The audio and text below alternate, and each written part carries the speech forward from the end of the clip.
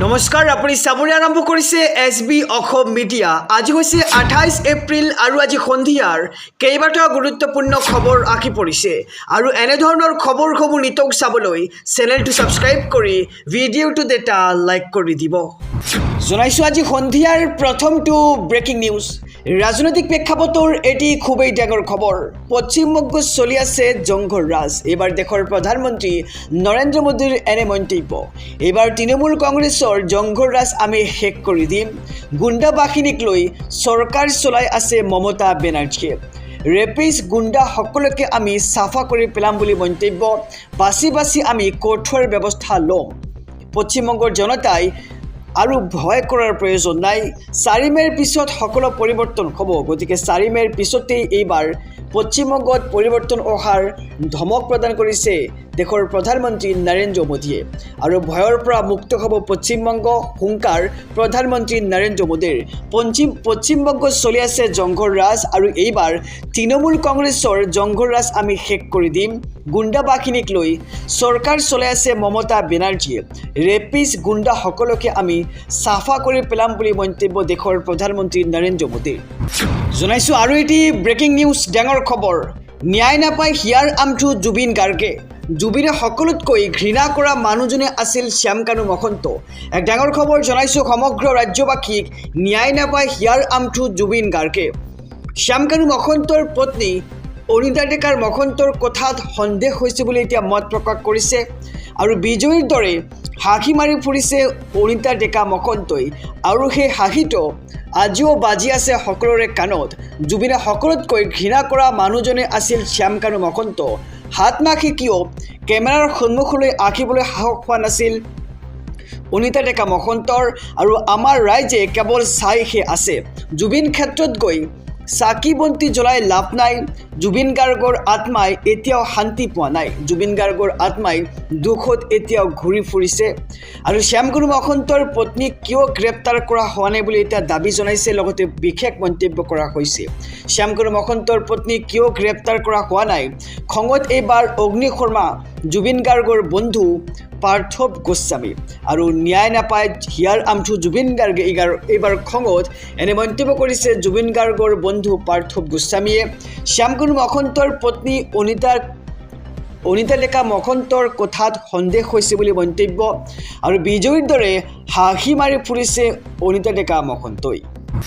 জনাইছোঁ আৰু এটি ব্ৰেকিং নিউজ, ডাঙৰ খবৰ। অতি জল্পনা কল্পনাৰ অন্তত আজি ঘোষণা কৰা হৈছে 2026 বৰ্ষৰ উচ্চতৰ মাধ্যমিক চূড়ান্ত পৰীক্ষাৰ ফলাফল।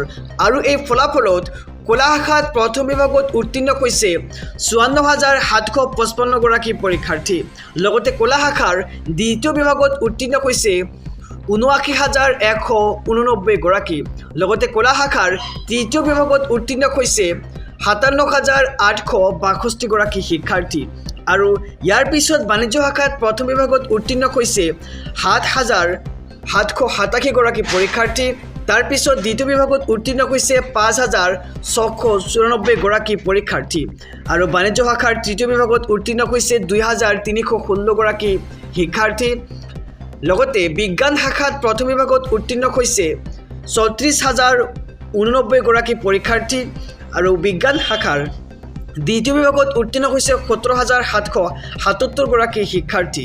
আৰু বিজ্ঞান শাখাৰ তৃতীয় বিভাগত উত্তীৰ্ণ হৈছে 2,618 গৰাকী পৰীক্ষাৰ্থী।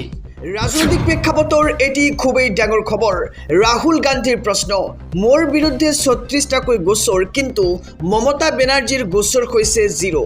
আৰু কিয় এনেকুৱা হৈছে তাক লৈ এতিয়া ডাঙৰ প্ৰশ্ন কৰিছে ৰাহুল গান্ধীয়ে। জনাইছোঁ সবিস্তাৰে খবৰ। মমতা বেনাৰ্জীক থকা সৰকা এইবাৰ ৰাহুল গান্ধীৰ।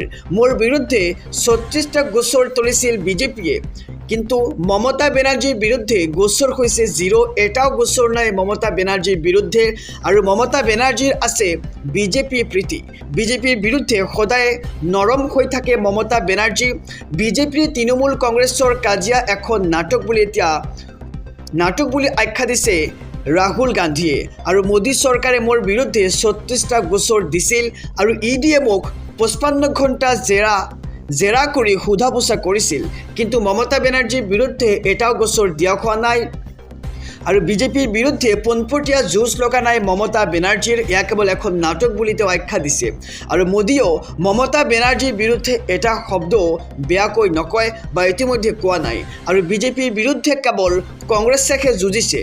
কংগ্ৰেছে দেশৰ সংবিধান ৰক্ষাৰ বাবে যুঁজি আছে। আৰু আৰ এছ এছ বিজেপিয়ে সমগ্ৰ দেশতে হিংসা বিয়পাই আছে, কিন্তু কংগ্ৰেছে হিংসাৰ ঠাইত প্ৰেমৰ দোকানহে খুলিছে বুলি মন্তব্য কৰিছে এইবাৰ ৰাহুল গান্ধীয়ে। আৰু মমতা বেনাৰ্জীক এইবাৰ থকা সৰকা কংগ্ৰেছৰ যুৱৰাজ ৰাহুল গান্ধীৰ তেওঁ কৈছে যে মোৰ বিৰুদ্ধে ৩৬টা গোচৰ তৰিছিল, কিন্তু মমতা বেনাৰ্জীৰ বিৰুদ্ধেও এতিয়ালৈকে এটাও গোচৰ তৰা নাই বিজেপিয়ে। আৰু এইখন কংগ্ৰেছ আৰু বিজেপিৰ এখন নাটক বুলি আখ্যা দিছে ৰাহুল গান্ধীয়ে।